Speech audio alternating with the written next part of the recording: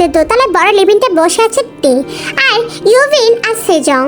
এদিকে তে ইউভিন আর সেজংকে কল করে বলেছে 19টায় আসতে, তাই তারাও এসেছে। দুজনে আসতে কাজের মহিলা দরজাটা খুলে দেয় আর তারা আশেপাশে কাউকে না দেখতে পেয়ে তের খোঁজ করতে তাদের বলা হয় সোজা সিঁড়ি বেয়ে উঠে উপরে আসতে।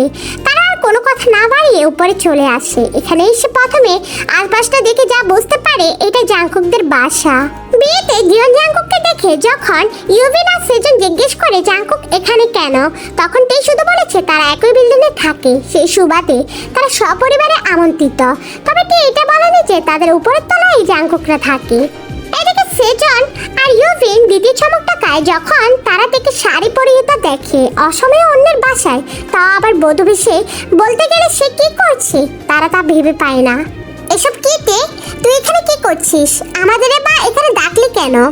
বলবো সব, আগে দুজনে এখানে বসতো। তের হাতের ইশারা অনুযায়ী দুজনে তের মুখোমুখি সোফায় বসে। অবাক চোখে দেখে পর্যবেক্ষণ করে চলেছে দুজন। কেমন একটা ধাঁধার মতো লাগছে সবকিছু। কাজের মহিলাটি 3 কাপ চা এনে দিয়ে নীরবে চলে যায়। তে ইউভিন আর সেজনকে অনুরোধ করে চাটা খাওয়ার জন্য। শত বিস্ময় নিয়ে তারা চায়ের কাপটা হাতে তুলে নিল। একটা সাসপেনশনের মধ্যে ধোয়া ওঠা।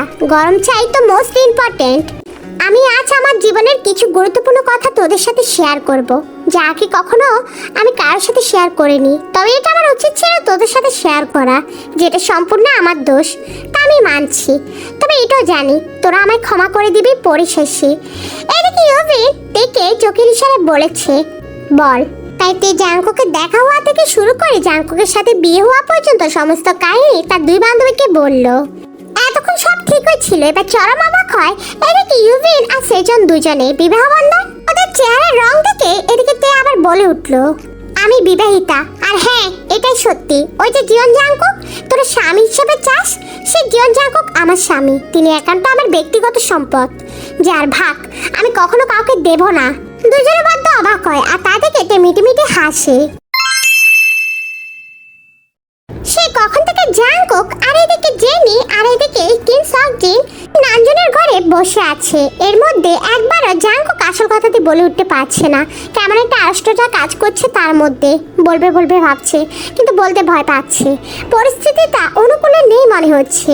এদিকে জেনি ভাই ছটপটাটির কারণটা জানে। এদিকে জাংকুক তাকে সবটা জানে এখানে নিয়ে এসেছে। এখন সে যেহেতু বলছে না, তাই তাকে চুপ করে থাকাটা চলবে না। বাবা, কিছু জরুরি কথা ছিল, যদি আপনি চান তো বলতে পারি। হ্যাঁ বল। বাবুর বিয়ের 1 বছর হতে চললো, 13-18 হয়ে গেছে কয়েক মাস আগে। তো আমি বলছিলাম কি এবার আনুষ্ঠানিকভাবে তাদের বিয়েতে স্বীকৃতি দেওয়া দরকার। জাংকুকটা এখন যেহেতু একা থাকে, ওর পাশে ওর স্ত্রী থাকাটা খুবই জরুরি। তাই বলছিলাম আপনি অতি শীঘ্রই কিছু একটা ব্যবস্থা করুন। আমি তো 2 দিন ধরে সেটাই ভাবছি। তোমার মাও কাল রাতে বলেছে এই ব্যাপারে। যেহেতু জাংকুক আর টের সম্পর্কটা এখন ঠিক হয়েছে, তাই আর সমস্যা দেখছি না। জাংকুক, তুমি কি বলো, অনুষ্ঠান করবো এখন? জি, যা ভালো মনে করেন আপনারা তাই করুন। আমাদের মনে করাটা এখন বড় বিষয় নয়, একসাথে থাকবে তোমরা, তাই তোমাদের সমঝোতা করা দরকার বলে আমি মনে করি। বাবা, তুমি অনুষ্ঠানে সকল কার্যক্রম চালু করতে পারো, তাও পরশু থেকে। বেশ, তাই হবে। তবে তে? সেও চায় বাবা, সামাজিক স্বীকৃতি তার প্রাপ্য। ঠিক আছে, আমি ওর বাবার সাথে বিকেলে বৈঠকে বসবো না হয়। আচ্ছা। জাংকুক বেরিয়ে আসে তার বাবার রুম থেকে। এখন চাপ একটু কম লাগছে। যাক, কিছু কাজ তো শেষ, এবার তো রাগ ভাঙাতেই হবে। অন্যদিকে তে জীবনের চরম সত্যের সাথে পরিচিত হওয়ার পর এদিকে ইউভিন কিছুটা রাগ দেখালেও এদিকে সেজন থেকে সঙ্গ দেয়। সত্যি তো, মানব জীবনের এমন কিছু ঘটনা থাকে যা চাইলেও নিজের অতি নিকটবর্তী মানুষের কাছেও বলা যায় না। পরিস্থিতি কিংবা সমাজ কিভাবে নিবে, কোনো ক্ষতি হয় যদি, এমন নানা প্রশ্নের জালে আটকা পড়ে থাকে। এখন ইউভিন তো নিজে তো এমন একটা পরিস্থিতির মধ্যে ডুবে আছে, না পাচ্ছে কাউকে বলতে, না পাচ্ছে চুপচাপ মেনে নিতে। এই মুহূর্তে তার অন্তরে সবচেয়ে বড় ঝড়টি বয়ে চলেছে। তবু দেখো, বাইরে তাকে দেখে কেউ বলতে পারবে না তার জীবনের এখন কঠিন মুহূর্ত চলছে। সবাইকে সব বলার আগে ভগবানের সাথে তার কথা বলতে হবে। মনের কোণে একটু হলো আশার আলো আছে যে ওইরকম কিছু হয়নি, কিন্তু চোখে যা দেখেছে তাও তো ফেলে দেওয়া যায় না। নিজের চোখকে তো কোনোভাবে অবিশ্বাস করা যাবে না। এদিকে জাংকুকের চমৎকার ব্যবহারে এদিকে সেজনও গলে গেল। লোকটা সম্বন্ধে প্রথমে যে ধারণা জন্মেছিল তা কোণে বদলে গেল। সবচেয়ে বড় কথা, তে খুশি। জাংকুককে সে ভালোবেসে যে অবস্থাতে বিয়েটা হোক না কেন, তারা হাজবেন্ড ওয়াইফের চেয়ে শরম সত্য আর নেই। অফিসে যাওয়ার সময় তের কপালে চুমু দিয়ে যাওয়া আর তের অবর্তমানে তার জন্য কেনাকাটা করে রাখা আর তের গলায় ঝুলিয়ে দেওয়া মিসেস জিয়ন। তারা দুজনে এক অপরের সাথে ভালো আছে, এর চেয়ে আনন্দের আর কিছু কি আছে?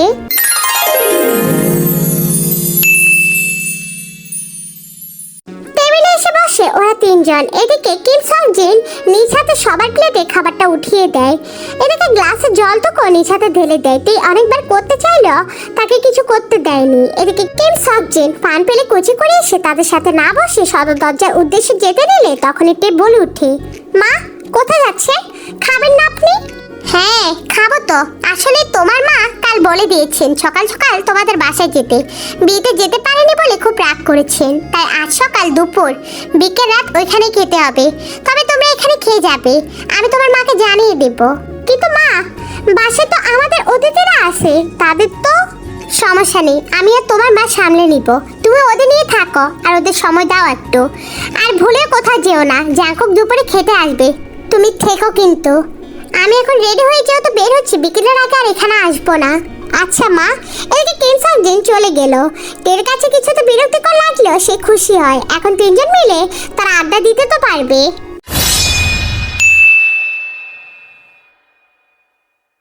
কলিং বেলের আওয়াজে তে তড়িৎ গতিতে ছোট দরজাটা খোলার জন্য এদিকে ইউভিন আর সেজন একটু মার্কেটে গেছে কিছু দরকারি জিনিস কিনতে।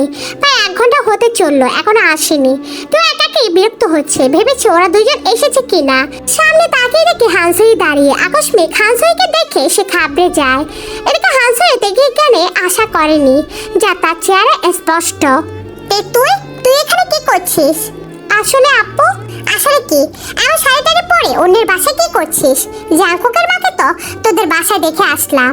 হানসের প্রশ্ন করার পর হঠাৎ একটা পুরুষালী গম্ভীর কণ্ঠে এদিকে তে ও হানসের দুজনেই চমকে ওঠে। সবচেয়ে বেশি চমকিত হয় তার বলা কথায়। তে তো এখানে থাকবে, কারণ এই বাসাটা ওর হাজবেন্ডের বাসা, তাই। এদিকে হানসের পিছনে থাকা জাঙ্কুকের দিকে অবাক নয়নে চেয়ে থাকে। হাজবেন্ডের বাসা মানে? এটা তো আপনার বাসা। আমি তো ওর হাজবেন্ড। হানসের অধৈর্যরা কাঁপছে, তার চেয়ে বেশি কাঁপছে তার এইমাত্র আঘাত পাওয়া হৃদয়টি। জাঙ্কুকের দিকে ব্যথিত দৃষ্টিতে তাকিয়ে থাকে, বলার মতো কিছু পায় না। এদিকে হানসে কি বলবে, সে কি বা বলার আছে? জাঙ্কুকের চেহারা দেখে তার মনে হচ্ছে মিথ্যা বলছে না। আর জলজান্ত প্রমাণ হিসেবে গৃহবধূ সেজে তে নিজেই তো তার সামনে দাঁড়িয়ে আছে। জাঙ্কুক আরেকটু এগিয়ে এসে তেকে উদ্দেশ্য করে বলে, এটা কেমন ভদ্রতাতে? বড় বোন প্রথমবার তোমার শ্বশুর বাড়ি এসেছে আর তাকে তুমি চোকাট পেরোতে দিলে না এখনো? তেজনা এতক্ষণ ঘোরের মধ্যে ছিল, জাঙ্কুকের কথাটা কেটে যায়। নিজের ভুলটা চোখের সামনে আঙ্গুল দিয়ে দেখিয়ে দেওয়ার জন্য সে লজ্জিত হয়, দরজা থেকে সরে দাঁড়ায়। Please come inside doctor Han Sohee. এদিকে সোহি অনিচ্ছা থাকা সত্ত্বেও ভেতরে প্রবেশ করে।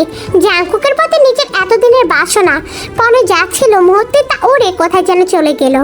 একরাশ অস্বস্তি এবং অনুশোচনা বোধ জাগ্রত হলো তার অন্তরে। ছোট বোনের হাজব্যান্ডকে নিয়ে কিনা সে এতদিন এত রকম জল্পনা কল্পনা করে এসেছে। ভাগ্যিস তার অনুভূতিতে এখনো প্রকাশ পায়নি। ইস, আজকে সে এসেছিল জাঙ্কুকে মনের কথা বলতে, আর আজও কিনা এমন অপ্রিয় সত্যের সাথে পরিচিত হতে হলো। কেন এমন হয়? আমরা কেন তাকে পাই না যাকে আমরা চাই? আর কেন বা আমরা যাকে পাই যাকে আমরা কোনোদিনও চাইনি, চাইতো রাজি থাকি না? সোয়াইকে ড্রয়িং রুমে বসতে বলে জাঙ্কুক ফ্রেশ হতে যায়। ইতিমধ্যে অনেক দেরি হয়ে গেছে, সকালে খেয়ে বের হয়নি। যার দরুন এখন খিদা চরম পর্যায়ে পৌঁছে গেছে। অফিসে ফিরতে হবে 1 ঘন্টার মধ্যে। আজকে বিকেলে সিলেটের ফ্লাইট ধরবে সে। এদিকে আবার সেখান থেকে রাতে ঢাকার ফ্লাইট ধরে ফিরবে। সামনের বড় অনুষ্ঠানটার জন্য এখন আরেক দখল যাবে তার উপর দিয়ে, নাহলে অনুষ্ঠানটা সঠিকভাবে সম্পূর্ণ হবে না। অপরদিকে সবকিছুর মধ্যে একটি ব্যাপারে সে খুশি, সোহিকে তার বৈবাহিক জীবনের ব্যাপারটা জানিয়ে দিতে পেরে। সে জানতো সোহি তাকে নিয়ে কিছু অনুভব করে, তার এখনো মনে আছে তার রাজনৈতিক দলের একজনের বিয়েতে গিয়ে খাবার টেবিলে ঘটায় সে অপ্রত্যাশিত ঘটনাটি। এটার ফলে সোহি অবশ্যই এটা বুঝতে পারবে।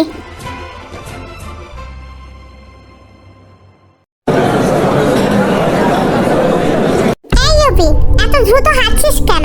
দাঁড়া আমার জন্য। ইউভিন সেজনের ডাক অগ্রাহ্য করে হেঁটে চলেছে। ভোগমকে এইমাত্র সে সামনের রাস্তা একটি শপ থেকে বের হয়ে গাড়িতে ঢুকতে দেখেছে। হাতের নাগালের বাইরে চলে যাবে দেখে সে এদিকে সেজনকে ফেলে দ্রুতগতিতে সেদিকে হাঁটা ধরে। ভোগম ফোনে কথা বলতে বলতে গাড়িতে বসে। তখনই এদিকে ইউভিনও তার পাশে সিটে এসে বসে পড়ে। হুট করে নিজের পাশে নিজের গাড়িতে অযাচিত কারো উপস্থিতি টের পেয়ে এদিকে ভোগম ভড়কে যায়। তবে ইউভিনকে দেখে মুহূর্তে চেহারার রংটা বদলে যায়। ক্রোধে ফেটে পড়ে যেন। সকালে চটটা সে এখনো ভুলেনি। এই সৌদ তো নেয়নি সে। যেহেতু আসামি নিজে এসেছে তাহলে দেরি কিসের? ভোগম কিছু করবে তার আগে এদিকে ইউভিন বলে, গাড়ি স্টার্ট দিন এখনই। মানে তোমার কথাই হবে না কি? যা বলছি করুন, নয়তো খুব খারাপ হবে বলে দিচ্ছি।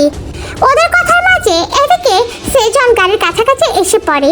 তখন এদিকে ইউভিন কাজটা উঠিয়ে নেয়। তারপর ভোগমকে বলে, প্লিজ। এদিকে ভোগম ইউভিনের দিকে তাকিয়ে একটি পোস্ট করে নিঃশ্বাস ত্যাগ করে গাড়িটা স্টার্ট দেয়। এদিকে সেজন দাঁড়িয়ে দেখতে থাকে যেই গাড়িটা যতক্ষণ না তার চোখের আড়াল হয়। ইউভিনের উপর একগুচ্ছ রাখ নিয়ে একটি রিক্সা দেখে এদিকে ট্রেনের প্ল্যাটের উদ্দেশ্যে রওনা দেয় সেজং। যেহেতু ইউভিন নিজে থেকে গেছে নিজেই ফিরবে। আচ্ছা দেখি ইউভিনকে হাতের কাছে পেলে ইউভিনের খবর করে ছাড়বে এই পণ করে সে আকাশের পানে তাকায়। ওহো, আজ এত রোদ কেন? ইস, ঘামে ভিজে একাকার অবস্থা। বদমাশ ইউভিন নিচে এখন এচির বাতাস খেতে খেতে যাচ্ছে। ভোগম এক মনে ড্রাইভ করে চলেছে। গন্তব্য জানা নেই তার, শুধু ড্রাইভ করতে হবে এটাই বুঝে গেছে। এদিকে ইউভিন একধানে ভোগমের দিকে তাকিয়ে আছে। ভোগমের সবকিছু যেন চোখ ধাঁধানো সৌন্দর্যের সৃষ্টি করেছে। অথচ দেখো এই পুরুষটা কতটা নিকৃষ্ট। এই সে পুরুষ যে কিনা কাল রাতে তার অসচেতন অবস্থায় সুযোগ নিয়েছিল। আচ্ছা, আসলে কি সে এমন কিছু করেছে? কই, তাকে দেখলে তো এমন মনে হয় না। চোখ দিয়ে এভাবে গিলে খাচ্ছ কেন বেয়াদব মেয়ে? ছি, লজ্জা করে না আপনার এসব বলতে? আমি চোখ দিয়ে আপনাকে গিলে খাই নাকি? আপনি গলায় কথাটা আটকে যায় ইউভিনের। চোখ থেকে নোনা জলের স্রোতটা বের হতে থাকে। ভোগম একটা নির্জন জায়গায় গাড়িটা ব্রেক করে সিট বেল্টটা খুলে এদিকে ইউভিনের দিকে ঝুঁকে পড়ে। ইউভিনের চোখের পানি নিজ হাতে মুছে দিয়ে বলে, কেদার কোনো লাভ নেই ইউভিন। সত্যি বলতে আমার ডিএনএ এখন তোমার সর্বত্র বিচরণ করছে। আমি তার জন্য দুঃখিত। আমার কিছু করার ছিল না। আমি তো তোমাকে ওয়ার্নিং করেছিলাম, সবে ঠিক ছিল। কিন্তু তুমি যখন আমার সামনে নিজ থেকে নিজে নিষিদ্ধ অঙ্গ তুলে ধরেছিলে, আমি সত্যি আর পারিনি নিজেকে আটকে রাখতে। শত হোক পুরুষ তো আমার ক্যারেক্টার ঢিলা। এদিকে ইউভিনের গা থেকে কম্পন সৃষ্টি করছে। ভোগমের কথাগুলো শুনে মনে অন্তরাত্মা যেন নড়ে গিয়েছে। বাবা মা আর ভাই এইসব জানলে সব শেষ হয়ে যাবে। কোন মুখে দাঁড়াবে সে সবার সামনে? এদিকে ভোগম ইউভিনের অবস্থাটা বুঝতে পেরে বলে, দেখো ইউভিন, আমার কাছে তোমার জন্য একটা বেস্ট অপশন আছে। ইউভিন এদিকে ভোগমের দিকে তাকায়। যার অর্থ কি? ভোগম ইউভিনের কানের কাছে নিজের মুখ নিয়ে বলে, হয় আমাকে বিয়ে করো, নয়তো আমার বউ হয়ে যাও। এছাড়া আর কোনো থার্ড অপশন নেই। আর হ্যাঁ, সুসাইড টাইপ কথা মাথায় আনবে না। যদি আনো তো আমি নিজে তোমাকে শুট করব। সি, আমার কাছে এখনো রিভলভার আছে। এদিকে তাকিয়ে আতঙ্কিত হয়ে পড়ে। ঠোঁট দুটো কাঁপতে থাকে অনবরত, কথা বের হয় না মুখ দিয়ে। ভোগম শিয়া ধরে ভালোবাসার চিহ্ন এঁকে দেয়। মুহূর্তে এদিকে ইউভিন যেন হু করে কেঁদে ওঠে। এদিকে ভোগম নিজের স্মৃতি সোজায় বসে গা এলিয়ে দেয়। চোখটা বন্ধ করে কাল রাতে স্মৃতিচারণ করে বিড়বিড় করে বলে, তুমি বড্ড বোকা ইউভিন। ইউভিনের এখন বড্ড কান্না করতে ইচ্ছে করছে, কিন্তু সে কান্না করতে পারবে না। এটা যে বড্ড অসম্ভব। ভয় দুপুরে অতিথি এলে চা নাস্তার আয়োজন করাটা এক প্রকার বোকামি। ভারী খাবার খাওয়ার নিয়ম তখন। তুই চা কপি না দিয়ে এদিকে সহিকে সোজা ভাত খেতে ডাইনিং এ এনে বসিয়ে দেয়। জাঙ্কুকও পেশ হয়ে টেবিলে খেতে বসে। সহির বিপরীতে দুই চেয়ার বাদ দিয়ে বসে।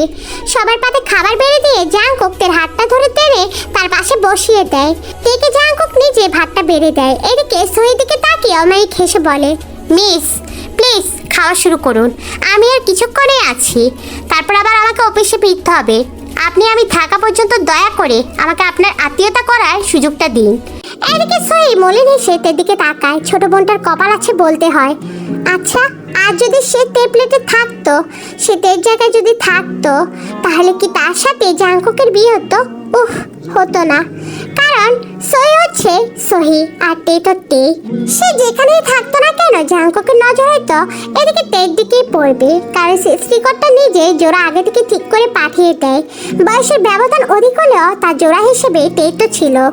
সহির ভাবনার মাঝে জাঙ্কুক এদিকে মাংসের বাটিটা সামনে ঠেলে দিয়ে বলে, খাওয়া শুরু করুন মিস সহি। কোনো প্রকার লজ্জা শরম মাথায় আনবেন না। আমার বউ কিন্তু এত লজ্জা পায় না জানেন। অছাড়া পাবলিক প্লেসে সে ভালো চোখ মারতে পারে। জাঙ্কুকের শেষের কথাটা মজা ছলে হলে তের একটু হজম হলো না। সে কোন পাবলিক ফেসে চোখ মেরেছে। জাঙ্কুকের এমন সব কথায় তে প্রতিবারই খুব কষ্ট পায়। লোকটা এমন কেন? একটু ভালো হলে কি হতো? দূষিত পুরুষ কথাকার। সেই কাছে না পাওয়া বস্তুতে অত্যন্ত ভালো, আর তের কাছে যে সে অত্যন্ত খারাপ, দূষিত পুরুষ। পৃথিবীতে হয়তো এমনই, আমরা না পাওয়া বস্তুটিকে সবসময় গুরুত্ব দিই, আর যেটি পাই তাকে অবহেলা করি। এক্ষেত্রে তে অবহেলা নয়, রাগটা করেছে বটে, তবে প্রকৃত সত্য তো সেটাই।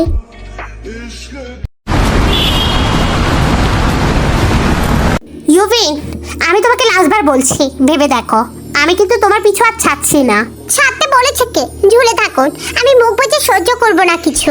আমি এক্ষুনি থেকে জানিয়ে দেব, আর জাঙ্কুক ভাই সাহায্য নিয়ে আপনার মতো শয়তান রেফিসকে চরম শাস্তি দিব। কথাটি বলে গাড়ি থেকে নেমে সোজা লিফটি থেকে হাঁটা ধরে এদিকে ইউভিনকে এখানে নিয়ে আসার সময় রাস্তায় আর কোনো কথা বলেনি ভোগম। ইউভিন শুধু কেঁদেছিল, তারপর কি বিড়বিড় করছিল, এদিকে ভোগম তা পাত্তা দেয়নি। এখন গাড়ি থেকে নেমে ভোগম মজা করে বলেছিল এই কথাটি, তবে ইউভিনের মুখ থেকে এমন জবাবে তার কোনো প্রতিক্রিয়া দেখা যায় না। ভোগমের এই হাসি মুখে মুখ দেখে ইউভিন নিচে হতভম্ব হয়ে যায়। ভোগম সেই বাজাতে বাজাতে লিফটে উঠে পড়ে, ইউভিনকে পাশ কাটিয়ে ইউভিনও লিফটে উঠে পড়ে। ভোগম আয়নায় একদিনে তাকিয়ে তাকিয়ে ইউভিনকে দেখছে। তার আশেপাশে যখন ইউভিন থাকে কেন যেন তখনই খুবই ভালো লাগে। শকুন নাকি? নোংরা লোক, এভাবে তাকিয়ে কি দেখছেন? তোমাকেই দেখছি। আমি তো জানি, কিন্তু আমাকে দেখবেন কেন? ওই যে কর্নারের সিসিটিভি ক্যামেরাটা আগে দেখুন, উল্টোপাল্টা কিছু করলে তো ওইখানে রেকর্ড হবে। ও তাই? হ্যাঁ। ধীরে পড়তের সাথে ইউভিন জবাব দেয়। তৎক্ষণাৎ এদিকে ভোগম ইউভিনের হাত ধরে টেনে এতে তাকে জড়িয়ে ধরে, তারপর কপালে আলতো ঠোঁটে ছোঁয়া দেয়।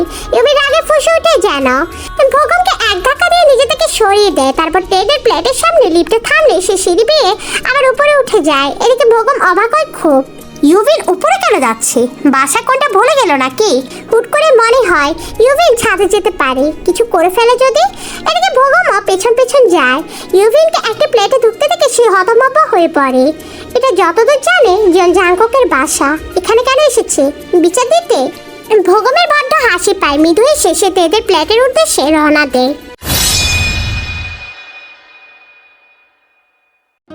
এখন তার বাসায় যাবে। ইউভিনকে অপেক্ষা করতে বলে সে জাঙ্কুকের রুমে এসে তার কলার চেপে ধরে বলে, আপনি সব কি বললেন হানসুই আপুকে?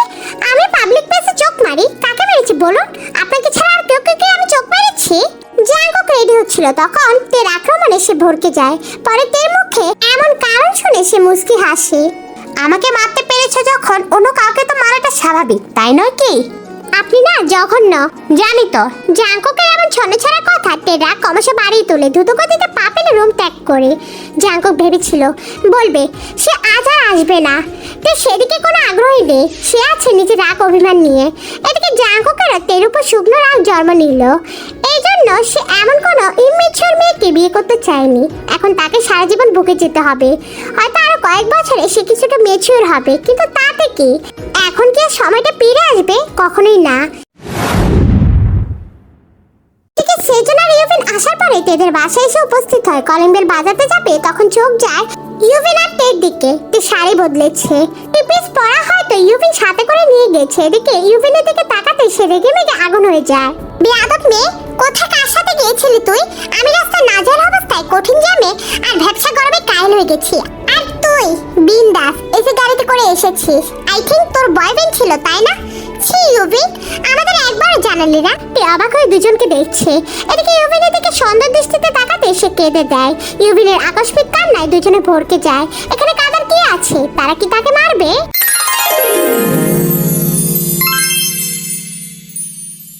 আজ রবিবার, এবং আজকে জিমিনের বউ ভাত অনুষ্ঠান। সকাল থেকে কাজে ব্যস্ত তে।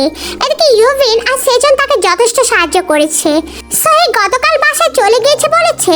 এদিকে তার নাকি কিছু কাজ আছে, কিন্তু এখন আবার ফিরে এসেছে, তবে তের মায়ের জোরাজোরিতে। কিছুক্ষণ আগে জাঙ্কুক বাসায় এসে পৌঁছায়। তার মনের অবস্থা মোটেও ভালো নয়। কাল দুপুরের পর থেকে তে একবার জাঙ্কুকের সাথে যোগাযোগ করেনি। সে ভেবেছে রাতে হয়তো কল করবে, তাও করেনি। জাঙ্কুক ঠিকভাবে পৌঁছে গেছে কি না, খাওয়া দাওয়া করেছে কি না, কিছুর খবর নেয়নি। পাশান্তে আচ্ছা, সে কি জানে জাঙ্কুক কাল বাসায় ছিল না? জানবে কিভাবে? সে তো জানতে চায়নি।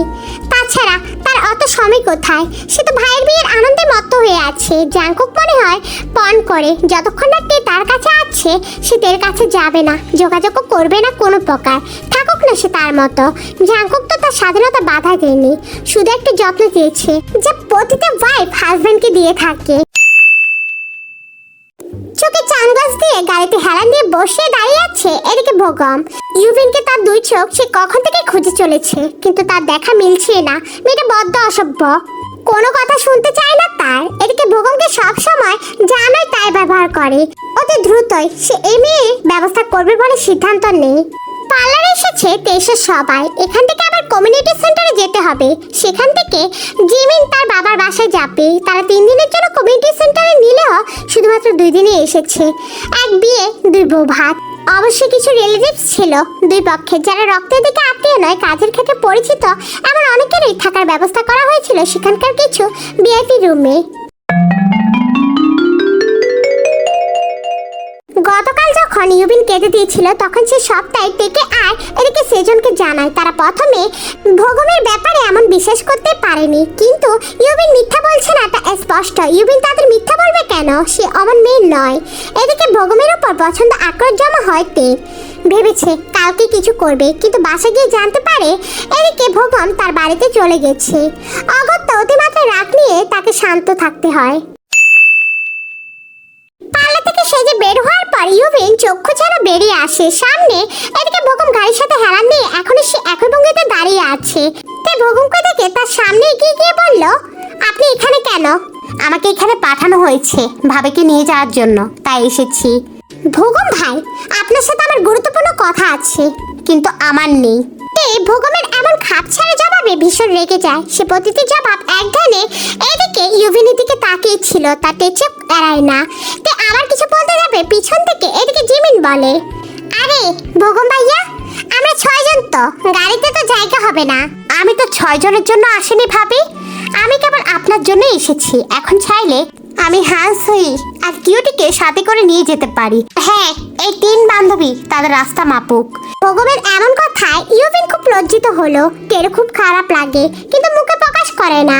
তখনই সেজন বলে ওঠে, ইয়েস শিওর, আপনি ওনাদের নিয়ে যেতে পারেন। সে আমাদের কাজ চলে এসেছে অলরেডি।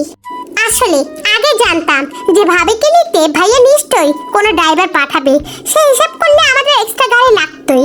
আর হ্যাঁ, উপস্থিত বুদ্ধি আমার একটু বেশি, তাই 8 ঘন্টা আগে আমরা কারটি বুক করেছি।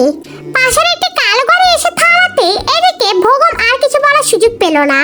সেজন তাকে অপমান করছে ভাবতে তার রাগ উঠে যায়। সে দ্রুত গাড়িতে বসে বাকিদের ওঠার জন্য বলতে সবাই গাড়িতে বসে পড়ে। এদিকে ভোগমও খুব জোরে গাড়ি চালিয়ে চোখের আড়াল হয়ে যায়। সেজন সেদিকে তাকে মিটিমিটি হাঁটছে। এদিকে তে অবাক হয়ে তাকে বলে, এই তুই কখন কার বুক করেছিস? কই দেখলাম না তো। আরে না, এমন কিছুই আমি ডাকিনি। আসলে গাড়িতে কার এমন কেন এসেছে আমি সেটা জানি না। তাহলে কেন বললি যে এটা তুই দেখেছিস? আরে সে আমাদের বিন্দাস মস্তিষ্কে অপমান করতে পারে, আর আমরা বুদ্ধি কাটিয়ে ঠান্ডা মাথায় তাকে অপমান করতে পারবো না। লোকটা যখন আমাদের হেই করছিল তখনই দেখি এই গাড়িতে এখানে পার করতে চাইছে, আর অমনি আমার মাথায় প্ল্যান চলে আসে। বাই দ্য ওয়ে, আমি কিন্তু সত্যি এখন কার বুক করতেছি। প্রে কর যাতে এরকম একটা গাড়ি পায়, না হলে ইজ্জত যাবে আবার।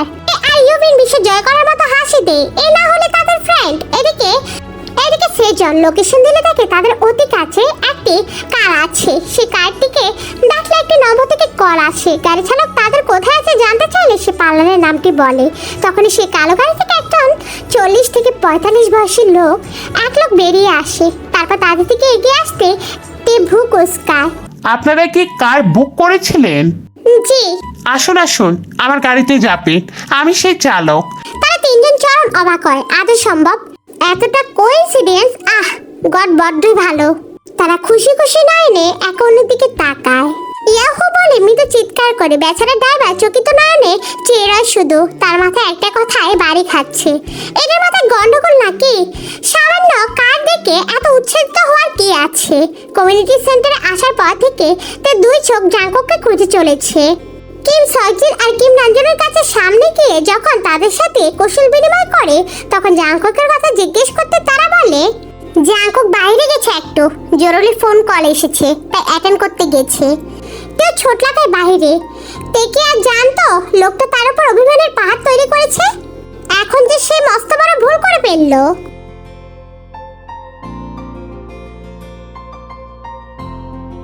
বড় বড় কদম ফেলে হল থেকে বেরিয়ে বাইরের গার্ডেন এরিয়াতে এসে দাঁড়াতে এদিক ওদিক চোখ বোলাতে জাঙ্কুককে চোখে পড়ে একটা কালো শার্ট আর কালো প্যান্ট পরে আছে সে।